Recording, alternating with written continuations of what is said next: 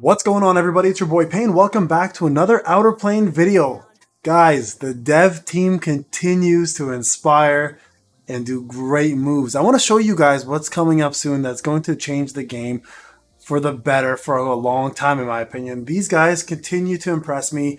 Smilegate has always been on my list of some of the top developers, and these guys who run this game are doing even better than I'm even expecting. So a few things. You get a developer's note gift at 500 Ether. You just saw that. I'm saving all these, so don't worry about that. Now, what is the developer note, right? Why did we just get this gift? So let me go through it with you guys and show you what to expect on June 7th. It's going to be a massive day. So let's go through this together so you guys know what's going to happen and what to expect. So this is on the actual stove.com page, the main page, and these are the improvements they're doing. So, hello Masters, this is Monsoon Hyun, the producer of Outerplane. We are truly happy and grateful to have been officially launched on May 23rd. Seeing as many players have enjoyed the game, it's encouraging us at the development team. We're working hard every day to continue developing the game.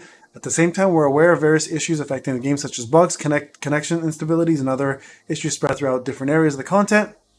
They're taking it very seriously, and they're doing their best to improve it. Now, currently, our team is in the process of preparing improvements for the game while working with Smilegate Megaport, our publisher, to review player feedback and statistics for the game. Today, I'd like to introduce to you some of the improvements and updates they have planned on June 7th and beyond topics discussed today. So this is huge, guys. Let's go through them, okay? This is, again, if you haven't started playing this game, you should really jump on. These guys really care about their player base. So first thing, key improvements to recruitment. Mileage carryover, increased recruitment chance. Now, what is mileage carryover? Okay, so let me explain to you guys what that is. So go back to the game real quick. When you do your summons, guys, originally what was going to happen is this mileage here, which you normally is your pity system of 200. What happened in the original version is if the characters are gone, right, from any of these, your mileage would have converted into stars. So if you go to the shop here, I'm going to show you what stars are. There's a shop list here, right over here, stars memory. Normally what would have happened is you would have lost that mileage and it would have converted to these stars where you can use these to get these specific items. No more. It's amazing. It's an amazing change. So your pity carries over. So that's what this means. So first look, let's take a look at improving the recruitment. Mileage obtained while recruiting heroes will no longer disappear and instead carry over into the next drop rate recruitment. So if you're waiting for a specific character and you're having just really shitty luck on the ones you're looking for, the next character that comes out, the mileage will carry over, so your summons and your pity system will now affect the next character, which is incredible. So kudos to you guys. Hero recruitment chances will also be increased, allowing players to obtain new heroes and drop rate of heroes more easily. So that's huge, guys. Two major big things, and games such as Street Fighter Duel can learn from this. So this is a massive thing that other developers need to look at, and like this will keep the game alive longer, right? While we also plan to bring improvements to the product and perks available in the shop, we have decided to prioritize improving recruitment, the feature most often used by players, in order to lower the difficulty of acquiring new characters. So incredible, guys. Mileage carryover will begin with the current ongoing Rin and Valentine drop rate recruitment, and remaining mileage will not be converted to stars memory. So the recruitment now, guys, is safe. Again, kudos to the developers on this one. Improvement to hero pieces, regular events, and cost revaluation. Many players have brought up the issue of difficulty related to collecting pieces to transcend heroes, and we plan to prioritize looking into possible solution and relaxing its difficulties. We plan to lower the cost associated with hero transcendence from where it is initially so that the 6-star heroes become attainable with less resources and effort. Wow, right? Like, that's incredible. Specifically starting June 7th, there will be regular events providing increased drop rate for pieces, and the pieces of certain heroes will be made available through upcoming events and content rewards. The value of 6-star transcendence will be adjusted in order to progressively bring down their total cost in terms of time and resources. These changes are still in the works and will provide additional details through future notifications. So maybe something that's not happening right away, but they're definitely working on it. So that's it. That's an amazing change. Again, something other developers really need to focus on. Okay, so while this update will come with a variety of changes such as bug fixes, stability improvements, and resource modifications, notably the update will consist of 3 following elements. Okay, first, new character. She looks amazing. Eternal.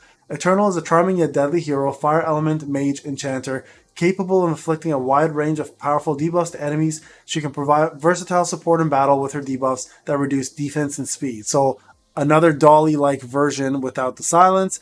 coming in for fire, which is an essential thing because some of the Chimera, for example, is the boss you really want to battle the most because of the speed gear, right? So she's going to be probably a staple for that team. As she provided speed and stability in clearing fire, elemental armor, and weapon raids, we expect to see her widespread adoption. So there you have it. That's exactly what I was saying, so it's good to see that. Guild raids. In guild raids, you will cooperate with your guildmates to challenge powerful bosses and compete with other guilds over a 2-week course to reach the top of the leaderboards. There will be sub-bosses called Gaze Guardians and a main boss of each season's theme. You work with your guildmates to first to beat the Gaze Guardians, and then Gaza you've acquired to take on the main boss as efficiently as possible and reach for the highest score. The season's guild raid will feature devout follower of scientific inheritance Maxwell. Challenge Maxwell has been reborn as a powerful water elemental boss rather than dark to obtain various rewards with your fellow guildmates. That's kind of cool. Developer gameplay tips. Working with your guildmates first, defeat the Gaius Guardians and make use of the variety of Geisa you acquire to help you in the fight against the boss. So it's good that they're giving us tips right away. Scientific inheritance devotee Maxwell is weak against earth elemental heroes. Lane, Yuri, and Alice will be especially effective at countering his main mechanics. So there you go, guys. Some nice tips there. Yuri's a 1-star, Lane is a 2-star, Alice is a 3-star. So fairly easy units to get outside of Alice. So that's pretty good. An event dungeon, the Reaper and the Gangster will be added. That's kind of cool. You'll be able to check out a short story of the new Eternal hero and obtain various rewards. You'll also be able to get a cute mascot character based on Eternal, so please make sure to enjoy this content. There will also be various other improvements and changes. We'll provide the details on June 7th, which is 2 days from now, and the patch notes will be released on 6/6, so June 6th, all right? Improvements planned after June 7th. We received your feedback regarding the following things. We would like to ask for your understanding in order to unable to specify an exact date for the implementation. However, individual changes among these can be implemented quickly and will be associated as soon as possible to make overall content balance. So changes to hero growth, we just talked about this. Increase income for growth-related resources, so daily increase of gold, EXP, upgrade stones, etc. in order to promote growth after level 60. That's a huge thing, so hopefully they do that because that is currently stunting a lot of players. Decoupling hero levels and upgrades. At present, due to max level being limited by upgrade stones, hero growth can stall altogether when a hero reaches max level, while the required upgrade stone dungeon is not available. While the current relationship between skill enhancement and hero growth will be maintained, we will change hero level requirements so that heroes will be able to reach level 100 regardless of upgrade status, given sufficient acquisition of EXP. Following changes above, upgrades will be carried out independently, and hero growth resulting from upgrade level will be slightly increased. So again, another good improvement. Hero Resources Recall. We develop and implement a new feature allowing players to resource or recall resources spent on heroes that they wish to undo. This feature will likely come with a limit in its number of uses, but a function to reset the hero, excluding Transcendence, and recall the resources will be spent by default for each account. That's great. We need that because a lot of heroes are going to come out. We're going to want to get back our resources because they are limited, even though they're increasing it. It's a really good change. And others. Plan to slightly increase availability of lower tier skill books that can be found throughout the resource shop and Infinite Corridor, which is great because we need those books. You need a lot of them. Changes to hero balance will adjust heroes.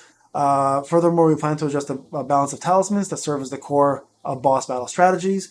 Should this process result in a nerf, we will provide hero resource recall functionality at the time and will announce details through advance notice proceedings of the changes. Okay, so rather than carry out these changes, we may see some nerfs, guys.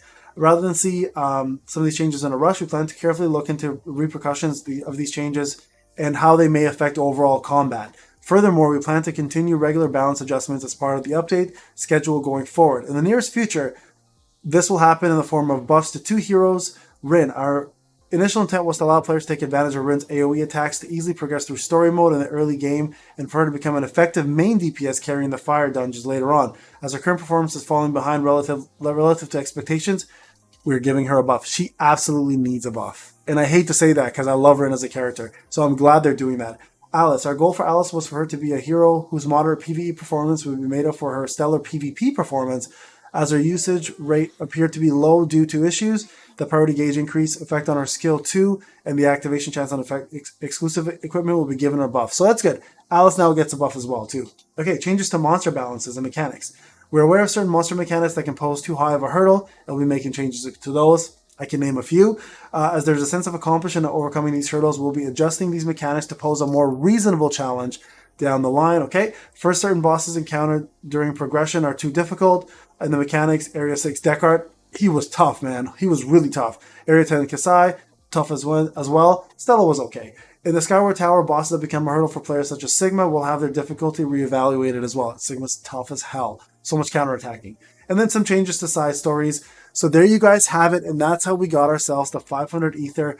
Amazing changes. Kudos again to the dev team and Smilegate for doing this and for caring about your player base.